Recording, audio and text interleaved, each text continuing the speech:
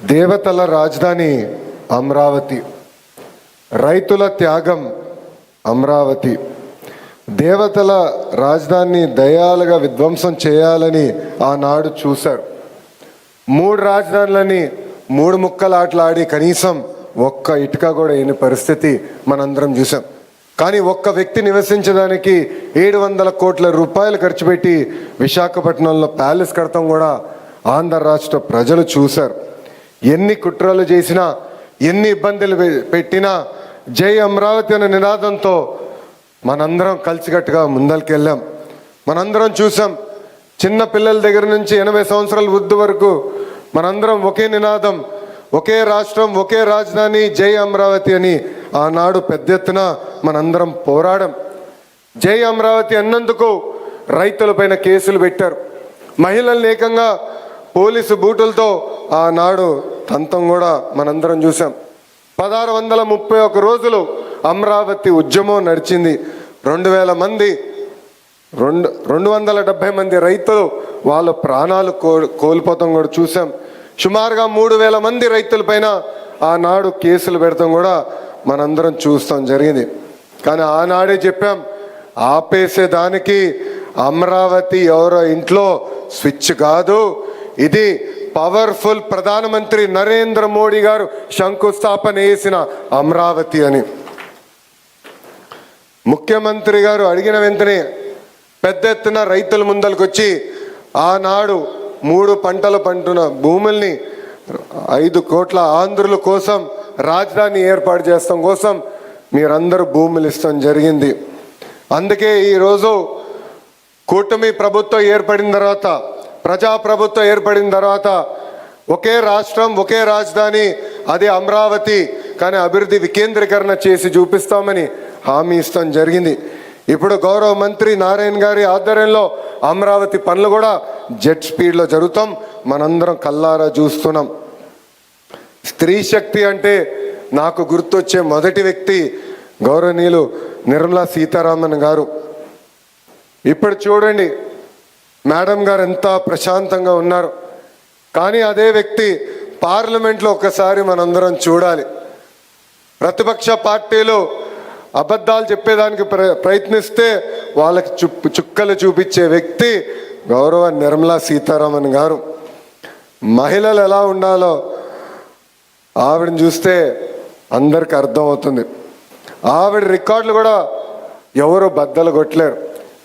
ప్రపంచంలో ఎంతోమంది ఆర్థిక శాఖ మార్చులు ఉన్నారు, కానీ మన నిర్మలా సీతారామన్ గారు రికార్డులు బద్దలు కొట్టారు. వరుసగా 8 కేంద్ర బడ్జెట్లు మేడం గారు ప్రవేశపెట్టారు. ఆవిడ జీవితం మనకొక పాఠం.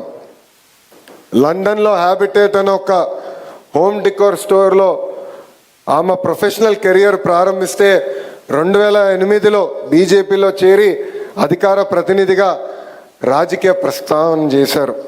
కేంద్ర రక్షణ శాఖ మంత్రి, కేంద్ర ఆర్థిక శాఖ మంత్రి కూడా మేడం గారు అయ్యారు. Forbes magazine the world's 100 most powerful women list ప్రకటిస్తే వరుసగా 6 సార్లు నిర్మలా సీతారామన్ గారు ఆ లిస్టులో నిలబడ్డారు. ఎంత ఎదిగినా సింప్లిసిటీ నేను మేడం గారు చూసి నేర్చుకున్నా.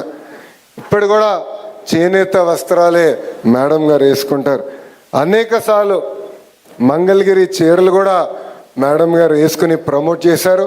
అందుకే మంగళగిరి ప్రజల తరపున మేడం గారికి నా హృదయపూర్వక ధన్యవాదాలు నేను ఈ సభాముఖంగా తెలియజేసుకుంటున్నా.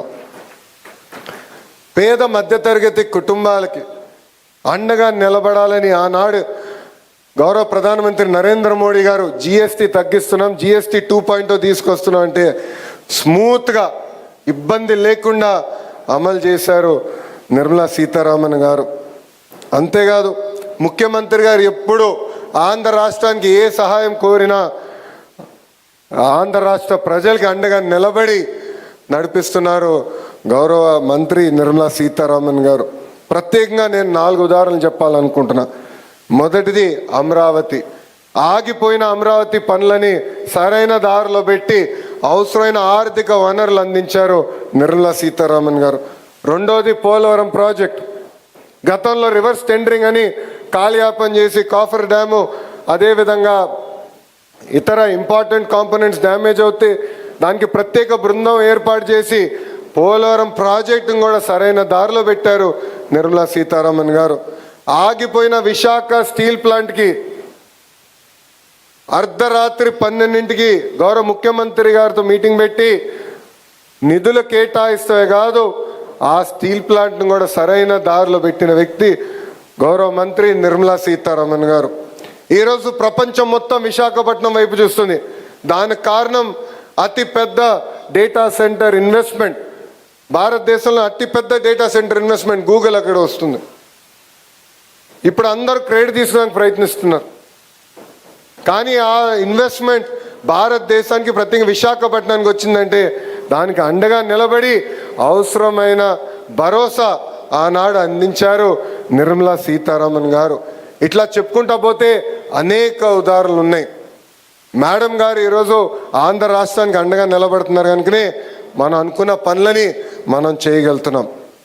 ఈరోజు ఒకే రోజు 15 బ్యాంకులకు కేంద్ర మంత్రి నిర్మలా సీతారామన్ గారు శంకుస్థాపన చేశారు. ఈ బ్యాంకుల నిర్మాణంతో అమరావతిలో ఏకంగా ఒక బ్యాంక్ స్ట్రీట్ ఏర్పాటు అవుతుంది. 15 బ్యాంకులు, వివిధ ఇన్సూరెన్స్ సంస్థలు సుమారుగా 1334 కోట్లతో వాళ్ళ కార్యాలయాలు కూడా ఇక్కడ ఏర్పాటు చేసుకోబోతున్నారు. తద్వారా సుమారుగా 7,000 మందికి ఉద్యోగాలు కూడా రాబోతున్నాయి. Andhra Pradesh Grameena Bank, Central Bank of India, Apcob, Bank of India, Canara Bank, State Bank of India, Union Bank of India, Bank of Baroda, Indian Bank, NABARD, Punjab National Bank, Indian Overseas Bank, IDBI Bank, New India Assurance Company, ఈరోజు వీళ్ళందరూ కూడా పెద్ద ఎత్తున అమరావతిలో పెట్టుబడులు కూడా పెడుతున్నారు. దీనికి కారణం మేడం నిర్మలా సీతారామన్ గారు. బ్యాంక్ స్టేట్ ద్వారా అన్ని బ్యాంకింగ్ సర్వీసులు ఒకే చోట మన ప్రభుత్వం తీసుకొస్తుంది.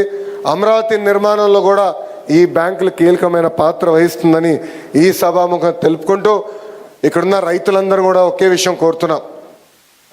5 సంవత్సరాలు మనందరం తీవ్రంగా నష్టపోయాం. కలిసికట్టుగా ముందరికెళ్ళాలి. ఇంత పెద్ద ప్రాజెక్ట్ జరిగినప్పుడు చిన్న ఇబ్బందులు ఉంటాయి, ఉండకుండా పోవు.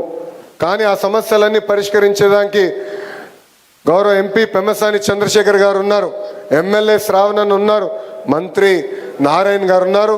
మీ అందరికీ అండగా నిలబడే బాధ్యత మేము తీసుకుంటామని ఈ సభాముఖంగా రైతులందరూ కూడా హామీ ఇస్తూ మీ అందరి దగ్గర నుంచి సెలవు తీసుకుంటున్నా. జై అమరావతి, జై అమరావతి, జై హింద్. Thank you.